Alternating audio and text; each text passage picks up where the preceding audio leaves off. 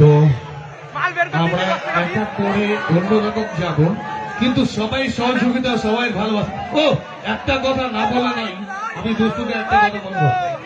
তোমার ওরা বন্ধু এই সামনে যারা আছে তারা বন্ধু, সবাই মিলে নজর দিয়ে কাজ করতে।